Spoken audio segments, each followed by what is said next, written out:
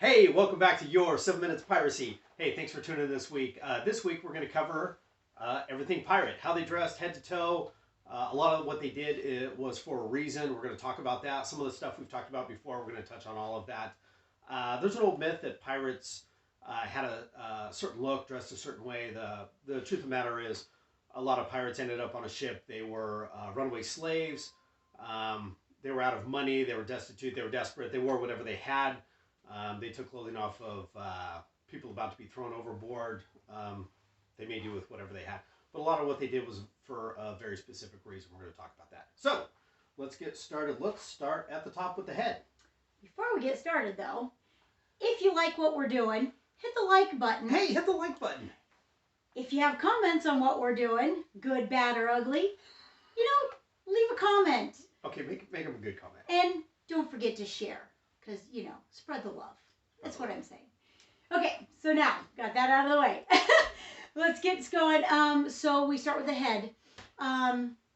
Sailors, and I am dressed as your regular old deckhand, nothing fancy. And a fine-looking deckhand. Oh, thank you.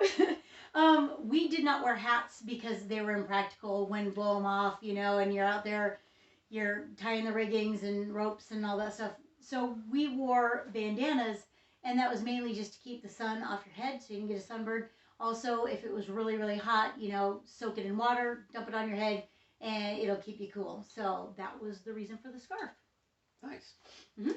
Hey, let's talk about eye patches. It's something we've talked about before.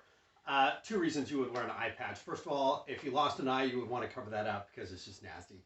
The second reason is if you were boarding another ship, an eye patch was a way to give you night vision on the other ship. So you're attacking another ship, it's daylight, you're in the Caribbean, it's bright sunshine, you put an eye patch on, you jump on the other ship, you go down below and you switch the eye patch to the other eye, and now the eye that's been covered up, now you can see down below. If you've ever been on a ship, once you go below deck, it is dark, and if you're going for the bright sunlight down below, you're blind and the people down below can see, and so they've got the advantage. So it was a way for them to kind of have some night vision and get some of the advantage back when they go below deck, so they're not attacked and killed immediately because they can't see and everybody else can. So people wore earrings for a couple different reasons. They believed that piercing the skin with any kind of metal prevented seasickness. We now know about pressure points and that kind of thing. The earlobe is not one of them, but they thought it was. The other reason was it was a way to keep some money on hand, and also if you had a gold earring, the thought was if you were killed and you had your home port engraved in the earring would buy your body a trip back home, and there's a chance that you would be buried back home, or at least get back to your home port instead of them just dumping you over the side. So, earrings. Okay. Now shirts. Shirts! Shirts! Practical, keep you protected, keep you a little warm. Shirts were not billowy. They wore, this is Rob, so it's a little bit bigger on me, but, so they didn't wear billowy stuff. They were able to roll up the sleeves. The reason why, and all shirts were always tucked in, because when you're hanging in the rigging and stuff, you didn't want to get anything snagged. So they always had their shirts tucked in. They were usually like a lace up because, that was the times. And they were usually made out of cotton or sailing cloth or silk. Okay. Next down we have belts. Wide leather belt, a good accessory with any outfit, especially for a deckhand. We found a couple surprising things through our research. I always assumed that it was just a place to tuck a knife, tuck a sword, tuck a gun, but as it turns out, they were actually using the wide leather belts at the time for back support. They would find some of the widest belts they could, cinch them up really tight, and when they're climbing up the rigging or they're working on the ship, they're pulling on ropes, they're doing heavy lifting, the belts provided back support. And, a couple hundred years before modern day back support. So that comes down to the sash. It's all fancy. It wasn't just an accessory like, I always thought it was like, oh, it's just so pretty. No, they actually wore it under the big heavy leather belts to absorb the sweat. Because that's, you don't want that belt rubbing on your skin and stuff. So they wore the silk scarves to protect their skin and also to absorb the sweat. It's also a handy dandy place to, pack your stuff. My shirt and my gun. Oh, And then, or they also wore they did wear the wide belts, but they also, because their pants did not carry pockets, which just boggles my mind. They had what they called impossible bags, and it was just a leather bag. That was actually possible bags. I always called it the impossible, but whatever. It's a possible bag because anything is possible. Okay, well, I stand corrected. It's a possible bag. Mine's impossible, so whatever, because I'm special. Impossibly gorgeous. It's impossibly accessorized. Anyway, they had, like Rob was saying, they had all these little attachments, the go-go gadget belt, as my brother would have probably called it. But they carried little pouches for gunpowder, coins, whatever. Okay, let's talk about pants. The pants they wore at the time were usually snug fitting. They didn't want anything loose, billowy, like we were talking about. You're climbing up the rigging, you're moving around. You don't want anything to get caught. You don't want to get jerked off the rat lines and dropped into the deep blue. So another thing that they looked for at the time was pants that could be rolled up on the bottom. A lot of the pants had either a strap or a button, so you could roll them up to your knee, button them off, and then if you're working, say you're working down in the hull of a ship, you're pumping the bilge or something like that, you're working around water, you don't have to deal with wet pants all the way. You can roll them up and keep them out of the way. So, pants. It's so funny because you look back at all this stuff and then you look at today's hiker with all the Columbia with the zip off pants or the buttons. We got a lot from pirates. I'm just saying. True that. Socks and shoes. Socks and shoes. So socks were mainly worn just because warmth, but they weren't really a big hot item.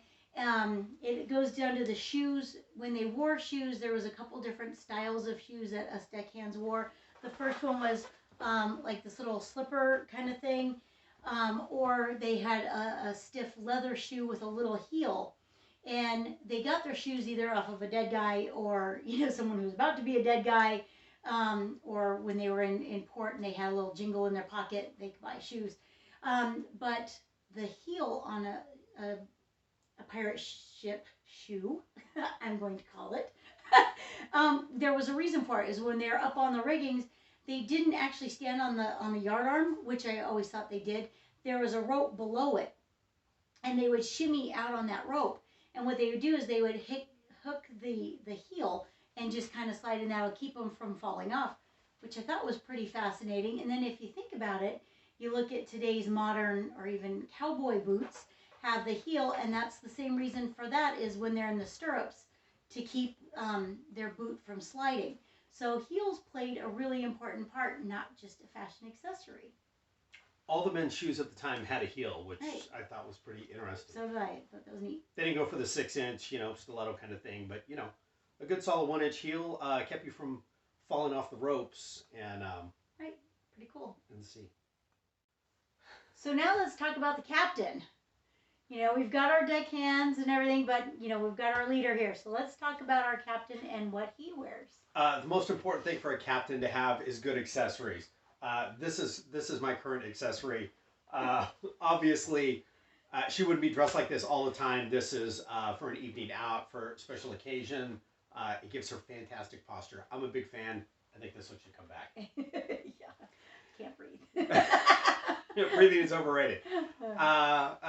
Captain, one of the common themes we keep reading over and over again in our research is the captain's ego was tied directly to the size of their hat and the size of their feather. The bigger the ego, the bigger the hat, the bigger the feather, the bigger the plumage. It was all well and good until you went into combat with another ship.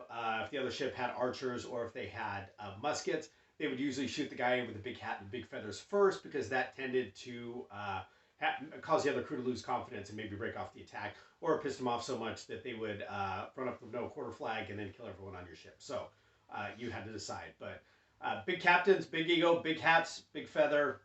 I have a modest sized hat. All right, let's talk about the coats. Okay, the coats. All captains wore a grand coat. They were always, no, I'm not going to say that. Usually? They were usually made out of velvet. Sometimes. Or silk. But they were always either, that sounds terrible, they were black, purple, or red, because they went with the colors of royalty, because they were important and they wanted to stand out. So, so his is purple. I was going to say, I don't know if you can see, but mine is purple. At the time, it was considered the color of kings, and my lovely wife made it for me. She's so pretty. But anyway, and they were various lengths. Rob's is kind of the standard, but you know there was the coats that went all the way down. The only exception to the coat is Black Bart, and he wore a red satin coat because you know he was special. Fashion. So their belt was utilitarian. They carried their sword. They carried their musket. Was that a musket in your pocket? Or? Are you happy to see me? Anyway, so and they would wear that to posture. You know, say, look, I got a big sword. I got a big gun. Come mess with me. All right. The last thing, the captain boots, the tall knee-high cuff boots, very popular at the time, gave you a place to put your secondary knife, your third knife.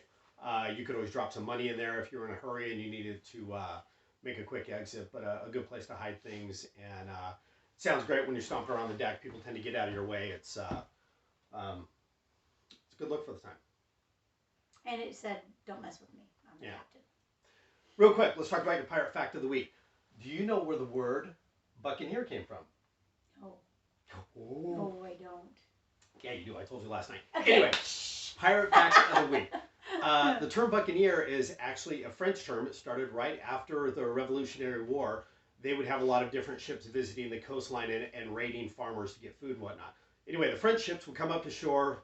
The sailors would run up on shore. They would kill a cow, build a fire, and smoke the meat over the fire.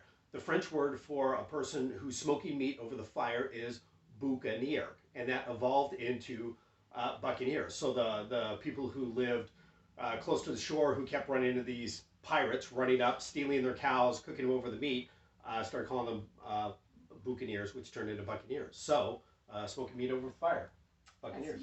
Fascinating. Thank you. Do you know how much it costs to get into a pirate movie? It's $2. Buccaneer. It's a buccaneer. Come on, you should have seen that coming. Jeez. Hey, thanks for tuning in this week. Like Margaret said, make sure you subscribe, share, leave comments. We love your comments. And I'm going to have an update coming up next week about the book, so stay tuned for that. Yes. Until we see each other again, fair winds, my friends. Bye-bye.